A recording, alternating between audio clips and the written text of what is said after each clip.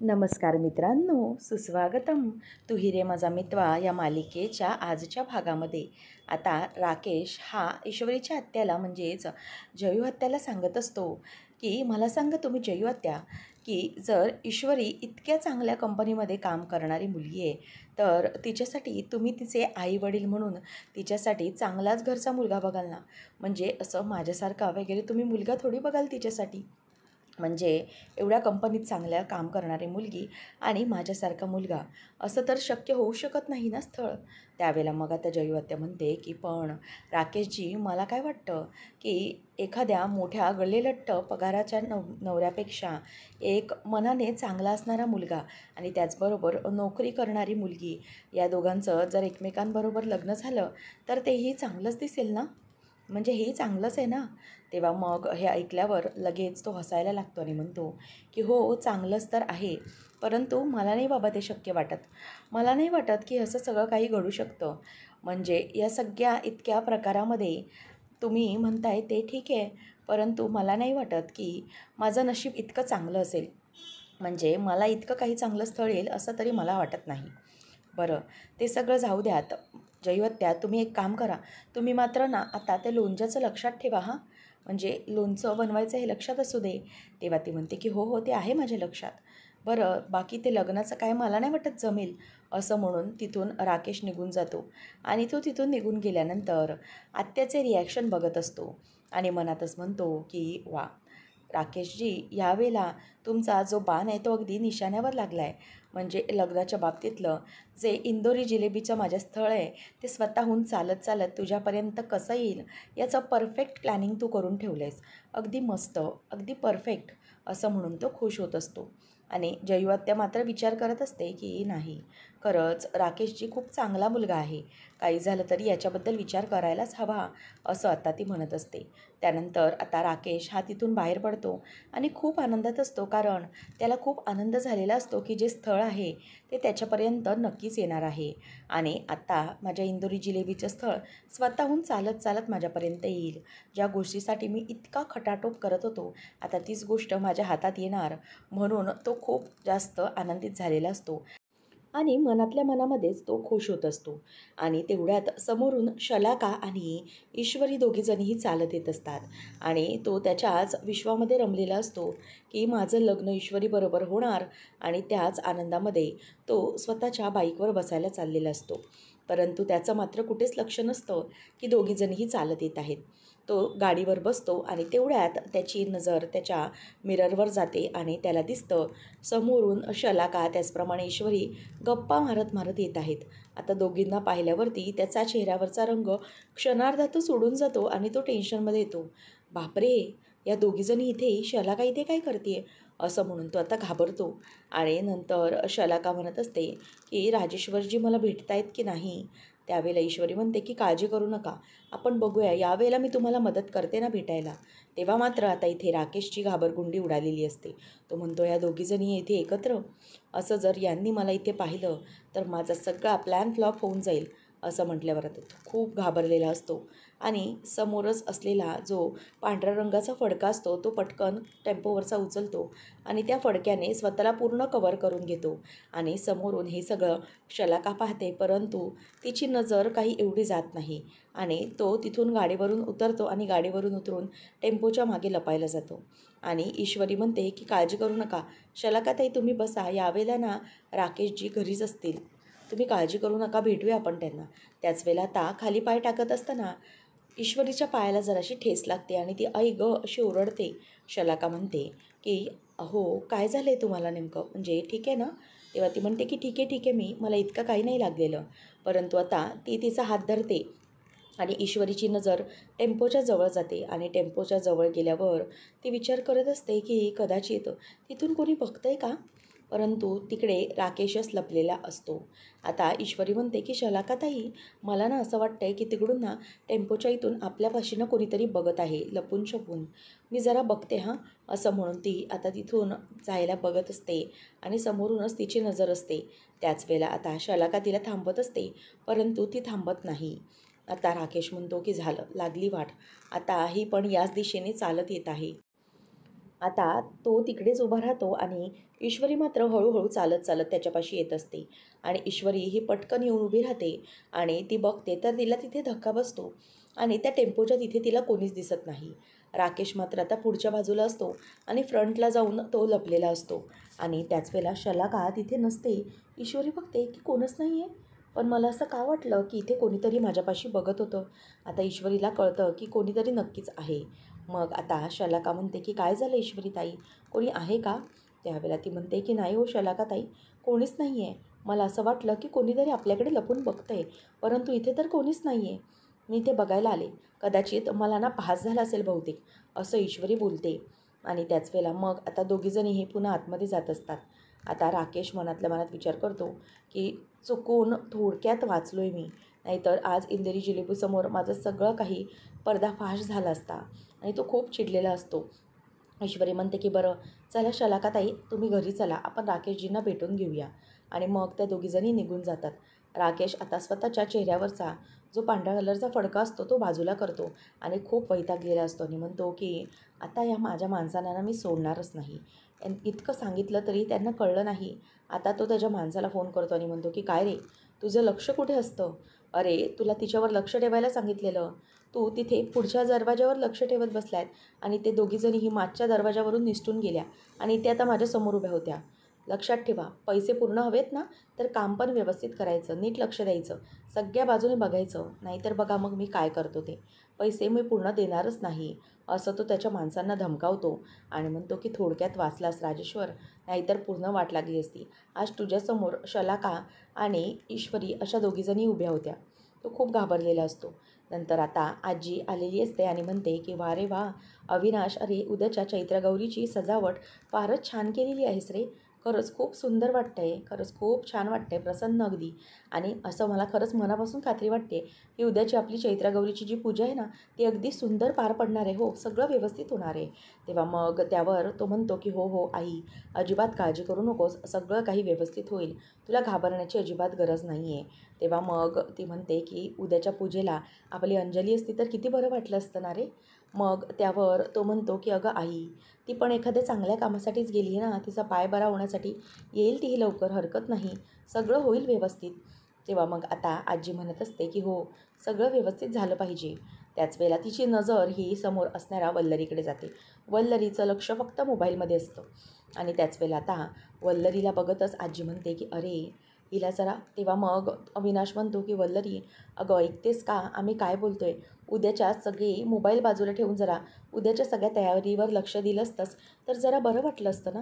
तेव्हा ती म्हणते की हो मी बघते ते सगळं, तुम्ही तुमचं काय ते बोलून घ्या, मी माझा उद्याचा लुक फायनल करते बस. त्याच वेळेला आता इथे लगेच आजी म्हणते की हो गं हो बाई, कर कर तू तुझं लुक फायनल, ते काय पूजेचं नंतर बघता येईल, तू बघ काय करायचं आहे तुझं ते. तेव्हा आता लगेच आजी म्हणते की बरं का, उद्यासाठी जे तांदूळ आहेत ना अविनाश, ते बाजूला काढून ठेवले पाहिजेत. नाही म्हणजे उद्याच्या गौरीच्या पूजेमध्ये कोणाचं नाव येईल हे सगळं तर बघितलंच पाहिजे ना आपण. त्यावेळेला मग आता दोघं म्हणतात की मला काय वाटतं माहिती आहे, ईश्वरीचं नाव आलं पाहिजे. दोघं जणांचंही तेच म्हणणं येतं. त्याच वेळेला आता लगेच वल्लरीची नजर त्यांच्यावर जाते आणि म्हणते की मी काय म्हणते, तुम्हाला त्या ईश्वरीकडूनच जर ओटी भरून घ्यायची असेल ना, तर मग तुम्ही उगीचच हे सगळं तांदूळ वगैरे बाजूला काढण्याची नाटकं कशासाठी करताय. डायरेक्टच त्या ईश्वरीचंच नाव घोषित करून टाका ना. तिलाच डायरेक्ट काय तो मान द्यायचा आहे तो द्या ना पूजेसाठी, देवीची ओटी भरण्यासाठी. उगाचच तुम्ही इतके ते तांदूळ काढणार, मेहनत घेणार, नंतर मग त्या ईश्वरीचीच नाव यायचं अशी अपेक्षा असते, तिच्याकडूनच करून घ्यायचं असतं. तर मग उगीच कशाला नाही नाटकं, असं वल्लरी बोलून दाखवते. त्याच वेळेला मग आता आजी म्हणते की अगं हो, तू तर आता तुझ्या सगळ्या गोष्टी बघत होतीस आणि मध्येच तुझं लक्ष हे आमच्याकडे कसं काय आलं. त्याच वेळेला वल्लरी म्हणते की जाऊ दे, काय बोलणार तुम्हाला मी, त्यापेक्षा ना मी एक काम करते, मी माझ्यानं रूममध्येच जाऊन काय ते बघते, तुम्ही तुमची तयारी करा. त्यावेळेला आता लगेच आजी वैतागते आणि म्हणते की अविनाश, अरे हिला जा म्हणून असं मी म्हटलं होतं का, उगीचच तिला काय होतं रे, प्रत्येक वेळेला आपली ईश्वरीच्या नावाची मुक्ताफळं उधळत राहते, म्हणूनच मी तिला म्हटलं ना की तू नको लक्ष देऊ आमच्यामध्ये. अविनाश म्हणतो जाऊ दे अगं आई, आपण आपलं काम करूया. त्यांचं काम सुरू असतं. तर इथे अर्णव मात्र लक्ष ठेवून त्याच विचारांमध्ये गुंतलेला असतो. त्याचं लक्ष ही पूर्ण ईश्वरीकडेच असतं. आणि ईश्वरीला जेव्हा सीट बेल्ट लावता येत नसतो त्याच वेळेला अर्णव तिला मदत करतो ते सगळं तिला आता आठवत असतं, त्याला आठवत असतं आणि त्याचमध्ये तो विचारात गुंतलेला असतो. आणि अर्णव हा विचारत असतो की काही झालं तरीही लवकरात लवकर ईश्वरीच्या बाबतीतले हे विचार कसे मनातून सोडवायचे. परंतु त्याचे काही विचार डोक्यातून जात नसतात. आकाशचं मात्र त्याच्याकडे लक्ष असतं. आणि इथे ईश्वरी ही अर्णवला म्हणालेली असते की अर्णव सर, तुम्ही ना रागवा, कारण रागवल्याशिवाय ना तुम्ही अर्णव सर वाटतच नाही. आणि ते सगळं आठवून त्याच्या चेहऱ्यावर हसू येत असतं. त्याच वेळेला आता इथे आकाश जो असतो तो अर्णवकडे लक्ष देत असतो आणि जो छोटा बॉल असतो तो अर्णवला फेकून मारतो आणि म्हणतो की दादा, अरे काय चाललं आहे काय तुझं? तू कुठल्या विचारांमध्ये गुंतला आहेस एवढा?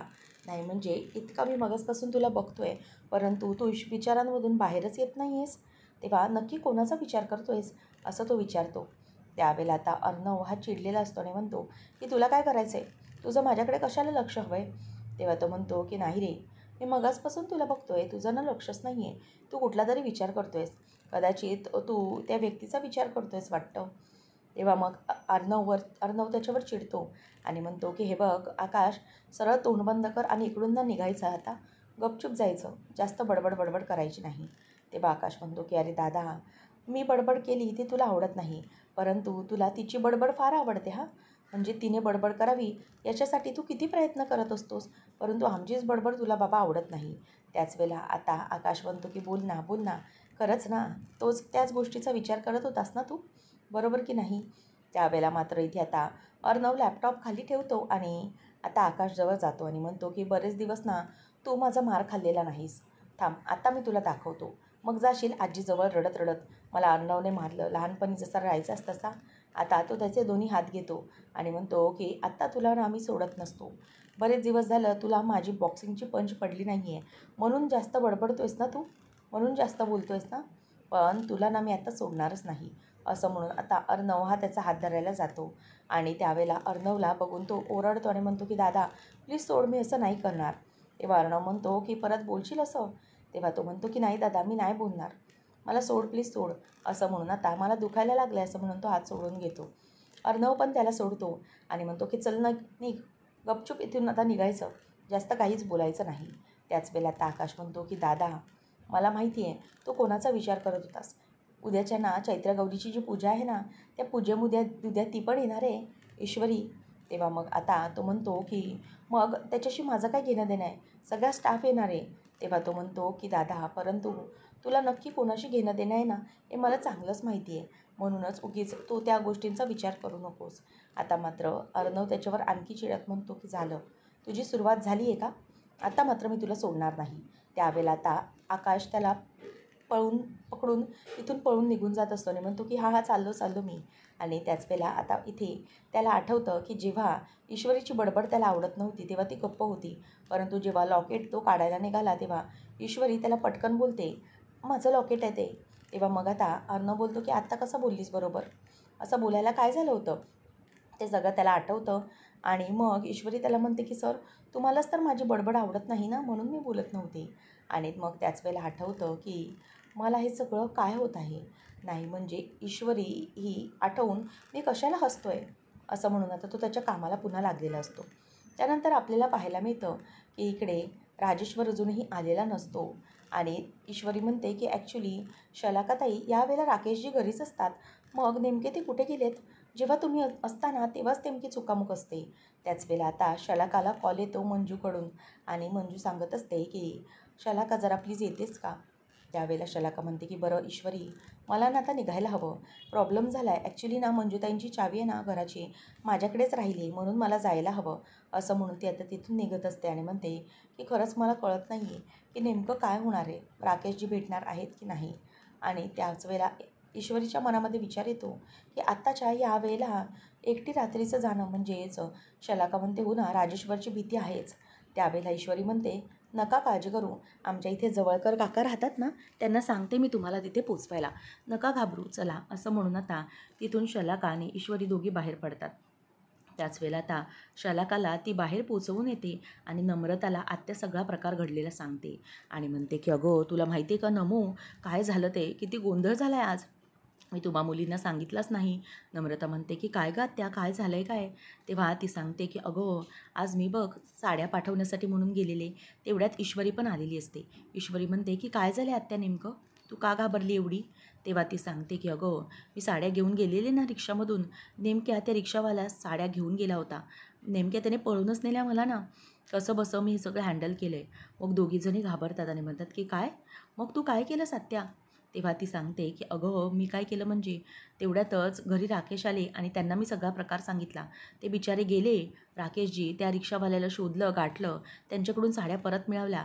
काय म्हणे त्या साड्या घेण्यामध्ये त्यांची मारामारी पण झाली आणि बिचाऱ्यांनी त्या साड्या आपल्या सोडवून आणल्या हो. इतकं लागलं बिचाऱ्यांना. तेव्हा मग आता ईश्वरी म्हणते की बापरे, इतकं सगळं घडून गेले. थांब, मी त्यांना फोन करते. तेवढ्यातच आता राकेश हा घरातच असतो आणि त्याचा दारू प्यायचा टाईम झालेला असतो. तेव्हा ईश्वरी म्हणते की राकेशजी, तुम्ही कसे आहात? मी ऐकलं. तेव्हा मग राकेश म्हणतो की हो, हे बघा ईश्वरीजी, आता थँक्यू वगैरे बोलण्याची काहीच गरज नाही आहे. बसा, बरंच झालं. चला आता मी ठेवतो फोन, असं म्हणून तो फोन ठेवून देतो. ईश्वरी म्हणते की हो हो, नाही बोलणार थँक्यू, चला बाय, असं म्हणून ती फोन ठेवते. त्याच वेळेला आता इथे लगेच ईश्वरी म्हणते की हो ना, अगं हे राकेशजी आपली किती मदत करत असतात ना. तेव्हा मग मनातल्या मनातच जयू आत्याच्या मनामध्ये विचार असतात. एक काम कर, तू ना त्यांना ना शिरा घेऊन जा. मी बनवला आहे, त्यांना घेऊन जा, त्यांना बरं वाटेल, असं आता ती सांगते आणि दोघीजणीही तयार होतात. नमू म्हणते की आत्या, मी पण आवरूनच येते. तर इथे मात्र त्याचा दारूचा टाईम असतो म्हणून तो दारू प्यायला बसलेला असतो. आणि दारू पिताना जसं त्यांच्या शास्त्राप्रमाणे चालू असतं ते सगळं करत असतो. त्याच वेळेला आता इथे ईश्वरी आलेली असते आणि ईश्वरी राकेशजी असा आवाज देत आत येते. तो घाबरतो आणि पटकन दारूचा ग्लास आणि तिथे ते लपवून ठेवतो आणि ईश्वरी विचारते की हे घ्या, काय करताय काय? तुमच्यासाठी शिरा आणलाय गोडाचा. तेव्हा मग तो म्हणतो की वाव, मला तर फार आवडतो आणि तुम्ही आत्ता फोनवर बोलत होतात. तेव्हा ती म्हणते की अहो, तर ते नाही, ॲक्च्युली झालं असं की शिरा तर तयारच होता म्हणून पटकन द्यायला आले. त्याच वेळेला आता ती म्हणते की राकेशजी, मला ना इथे जरा वेगळाच कुठला तरी विचित्र वास येतोय. कसला वास येतोय? त्यावेळेला तो म्हणतो की ॲक्च्युली काय ना, मलाही तोच वास आवडला नाही. माझ्या हाताला लागलं आहे ना, त्यामुळे मग मी ते मलम लावलं. मला पण त्याचा वास नाही आवडला. त्यावेळेला ती हात घेते आणि म्हणते की हो, मला बोलली आत्या सगळं. बघू, खरचटलं तर नाही जास्त, परंतु कदाचित मुकामार लागला असेल, असं म्हणून ती हात हातात घेऊन त्याचा हात बघत असते. आणि तो हात बघत असताना आता इथे लगेच राकेशचं लक्ष तिच्याकडे जातं आणि ती स्वतःचा म्हणजेच त्याचा हात हातात अशा प्रकारे घेत आनंदाने बघत आहे, म्हणजेच त्याची जखम बघत आहे. हे पाहून त्याला खूप बरं वाटत असतं. आणि मग ती म्हणते की वाटेल बरं, परंतु त्या वासाकडे इग्नोर करा हां. तुमचा हात बरा झाला पाहिजे म्हणून तुम्ही ते मलम लावा. तेव्हा मग तो म्हणतो की हो ईश्वरीजी, मी नक्कीच लावेन, नका काळजी करू. आणि मग त्याच वेळेला ती म्हणते की तुम्हाला थँक्यू पण बोलायचं नाही आहे हां. तेव्हा मग तो म्हणतो की हो ईश्वरीजी, थँक्यू वगैरे बोलू नका. आणि मग आता इथे ती म्हणायला लागते की बरं, मला आत्याने सांगितलं आहे सगळं, खरंच तुम्ही मदत केलीत. बरं, मी आता निघते, हा शिरा घ्या, असं म्हणून आता ती तिथून निघत असते. आणि तो हातामध्ये तो शिरा घेतो आणि तेवढ्यातच आता इथे ईश्वरीने त्याच्या हाताला जो काही हात लावलेला असतो त्या हाताचाच आता तो सुगंध घेत असतो आणि अगदी मंत्रमुग्ध होत म्हणतो की माझ्या इंदोरी जिलेबीने आज माझा हात धरला, खरंच मला खूप बरं वाटलं, असं म्हणून तो खुश होत असतो. आणि तो शिरा बाजूला पटकन ठेवून देतो आणि पुन्हा त्याचा दारूचा ग्लास घेतो आणि तो ग्लास घेऊन आता तो ग्लास पुन्हा एकदा त्यातली दारू बाहेर शिंपडायला लागतो आणि पुन्हा एकदा ती दारू तो प्यायला लागतो. आणि हे सगळं करत असताना तो विचार करतो की काय, मला तरी वाटत नाही की हे सगळं असं होईल, परंतु चला आता तर आनंदाचा दिवस आहे, असं म्हणून तो दारू पित असतो. तर इथे दुसऱ्या दिवशी छानपैकी चैत्रा गौरीची तयारी झालेली असते आणि राजेश शिर्केंच्या घरामध्ये छान गौर सजलेली असते. घरामध्ये सगळे पाहुणे मंडळी आलेली असतात. ऑफिस स्टाफ, घरातले नातेवाईक, पै पाहुणे सगळे काही आलेले असतात आणि आजीलाही हे सगळं पाहून खूप आनंद झालेला असतो. आणि अविनाश आणि वल्लरी दोघंजणही मिळून आपली जी गौरीची पूजा असतात ती जोडीने पार पाडत असतात आणि आजी सगळ्या पाहुण्यांना बघून खुश असते. आणि इथे छान अशी चैत्रगौरीची तयारी चाललेली असते. सागर संगीत सगळा सोहळा रंगलेला असतो आणि आजी ही म्हणत असते की सगळेजण आलेले आहेत ना, परंतु तिकडे अंजली नसते म्हणून तिला खूप वाईट वाटत असतं. आणि इथे अर्णव आणि आकाश दोघेजणही छान कुर्ता वगैरे घालून आलेले असतात आणि इथे चैत्रगौरीच्या इथे तयारीला अर्णव मागे पुढे बघत असतो. त्याच वेळेला आकाश हा त्याच्याकडे बघतो आणि म्हणतो की दादा, तू कोणाची वाट पाहतोयस? तेव्हा मग तो म्हणतो की कुठे कोणाची वाट पाहतोय, मी इथे तर सगळी तयारी बघतोय की कशी काय तयारी झाली आहे वगैरे. तेव्हा मग आता तो म्हणायला लागतो की दादा, हे बघ, मला ना तू काही सांगू नको, मला माहिती आहे तू कशाची नक्की वाट बघतोय ते. आहे ना ऑफिसमधला सगळेजण आलेले आहेत, ईश्वरी आली नाही फक्त. तेव्हा तो चिडून म्हणतो की असे नका, इन्व्हाइट तर सगळ्यांना केलं होतं. आणि लावण्या कुठे? तेव्हा आकाश म्हणतो की लावण्याना दिल्लीला गेली. ॲक्च्युली तिची मॉम आली आहे ना, म्हणून ती भेटायला गेली. तेव्हा मग तो ठीक आहे असं म्हणतो. आणि तेवढ्यातच समोरून नम्रता आणि ईश्वरी आलेले असतात. त्यावेळेला आता आकाश म्हणतो की बघितलंस का दादा, समोर बघ कोण आलं आहे ते. ईश्वरी आली आहे. त्यावेळेला त्याचं लक्ष ईश्वरीपर्यंत जातं. ईश्वरीने छान अशी साडी नेसलेली असते आणि नम्रता देखील छान दिसत असते.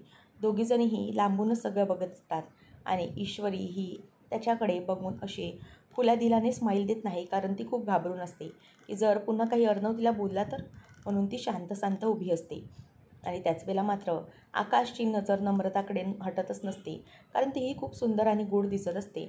आणि इथे ईश्वरीकडून त्याची म्हणजेच अर्णवची नजर हटत नसते. हे सगळं वल्लरी बघत असते आणि हात जोडत जोडत ती जेव्हा तिच्याकडे बघते तेव्हा तिला खूप राग येत असतो. तेव्हा आता आजीही बघते की ईश्वरी आणि नम्रता आलेली आहेत. आता ईश्वरी आली हे पाहून आजीलाही खूप आनंद झालेला असतो आणि तीही नम्रता आणि ईश्वरी आली म्हणून खूप आनंदामध्ये असतात. आता नम्रता म्हणते की चल इशू आतमध्ये जाऊया. आणि दोघीजणही आता एकमेकींचा हात धरत धरत बहिणी आतमध्ये येत असतात. तर दोघंही भाऊ त्यांच्याकडे अगदी लट्टू होऊन बघत असतात. तर हे सगळं बघत असताना आकाश त्याचा देखील क्लीन बोल्ड झालेला असतो. तो देखील नम्रताकडे पाहत असतो आणि ईश्वरीकडे बघत अर्णवला देखील खूप आनंद झालेला असतो. दोघंही एकमेकांच्या डोळ्यातून डोळे काही बाजूला काढत नसतात. आणि या सगळ्यामध्ये आता ईश्वरी येऊन त्याच्या बाजूला म्हणजेच आपल्या अर्णवच्या बाजूला उभी राहिलेली असते आणि त्याला बघत बघत ती आता आनंदाने गालामध्ये हसत असते. परंतु एका क्षणाला त्या दोघांनाही कळत नाही की त्या दोघांचा एकमेकांवर राग आहे. दोघं प्रेमाने पाहतात. इथे नम्रता मात्र आकाशकडे बघून एक गोड स्माईल देते आणि त्या स्माईलमुळे आकाश आणखीनच घायल झालेला असतो. परंतु चोंबडी पॅम मात्र खूपच रागाने या सगळ्याकडे बघत असते आणि ईश्वरी ही अर्णवकडे आली हे पाहून तिचा आणखीनच जळफळाट होत असतो, कारण काही झालं तरी तिला लावण्याला मदत करायची असते आणि हे सगळं तिला आवडत नसतं. तर आता पुढच्या भागामध्ये आपल्याला पाहायला मिळतं की चैत्रागौरीचे जे तांदूळ असतात त्यामध्ये शलाकाचं नाव आलेलं असतं आणि म्हणूनच आता शलाकाच्या नावाने म्हणजे शलाका देवीची ओटी भरणार असे प्रथेप्रमाणे होणार असते. म्हणून आता शलाका ओटी भरायला जाणार तेवढ्यातच तिथे आता वल्लरी मामी ही तिचा हात झटकवते आणि तिला पाडत म्हणते की हे बघ, असं काही होणार नाही आहे. ही राजे शिर्केंच्या घरातली चैत्रागौर आहे आणि तुझ्यासारख्या अशा नवऱ्याने टाकलेल्या बाईला आम्ही आमच्या देवीची ओटी भरू देणार नाही. आम्ही असं करू देणारच नाही. तू सुवासिनीच नाही आहेस. असं म्हटल्यावर आता इथे दोघंजणं म्हणजेच ईश्वरी अर्णव पेटून उठतात आणि ते दोघंजणही म्हणतात की नाही, हे असं कोणी सांगितलेलं आहे. आता ईश्वरी ही पटकन बोलते की हा अपमान आहे. तेव्हा अर्णव म्हणतो एक्झॅक्टली हा सगळा अपमान आहे. असं कोणी सांगितलेलं आहे की नवऱ्याने टाकलं आहे म्हणून तिला ओटी भरायला द्यायची नाही. त्यांचं नाव आलेलं आहे तांदळामध्ये, समजलं ना. आणि त्यांचं नाव आल्यामुळे त्यांचा तो मान आहे, जो त्यांना अधिकार आहे तो मिळालाच पाहिजे. काय कोणी सांगितलं आहे की त्यांना मिळायला नको? त्यावेळेला वल्लरी म्हणते पण नवऱ्याने टाकलं हिला आणि ही सुवासीन नाही आहे. तेव्हा मग आता ते दोघंजणही म्हणतात की काय झालं मग, नवऱ्याने टाकलं म्हणून काय झालं? सुवासीन आहे ती, गळ्यात मंगळसूत्र आहे तिच्या, शिवाय ती पण माणूसच आहे ना एक. असं म्हणून आता माणुसकी जपायला हवी असं दोघंजणांचंही एक मत होतं. अर्णव ईश्वरी दोघंजणही जी आरतीची थाळी असतात ती आरतीची थाळी शलाकाच्या हातामध्ये देतात आणि ओटी देखील देतात आणि दोघंजणही एकत्र त्या चैत्रागौरीकडे नमस्कार करत असतात. दोघं एकमेकांकडे बघत असतात. दोघांचेही एकमेकांचे विचार जुळलेले असतात. आणि हे सगळं पाहिल्यानंतर आजीला तर भरपूर आनंद झालेला असतो, कारण काही झालं तरी तिच्या मनासारखं घडलेलं असतं. आजी त्या दोघांच्याही कपाळावरून दृष्ट काढते आणि म्हणते किंवा दोघंजणही असे कायम एकत्र राहिले पाहिजेत. दोघांचेही विचार असे कायम जुळून राहिले पाहिजेत. दोघांनी असेच आयुष्यातले सगळे प्रसंग एकमेकांच्या साथीने झेलले पाहिजेत, असं म्हणून ती देवीकडे एकच प्रार्थना करत असते. आणि त्याच वेळेला अर्णव ईश्वरी मात्र देवापुढे हात जोडत असतात आणि सगळ्यांच्या समोर त्यांनी एक वेगळाच पायंडा पाडलेला असतो. तर आता या सगळ्यामध्ये अर्णव आणि ईश्वरी कशाप्रकारे आणखीन एकत्र जवळ येत राहणार हे पाहणं अगदी जनरंजकतेचं ठरणार आहे. अशाच मालिकांच्या अपडेट्ससाठी आताच आपल्या चॅनलला सबस्क्राईब नक्कीच करा. धन्यवाद.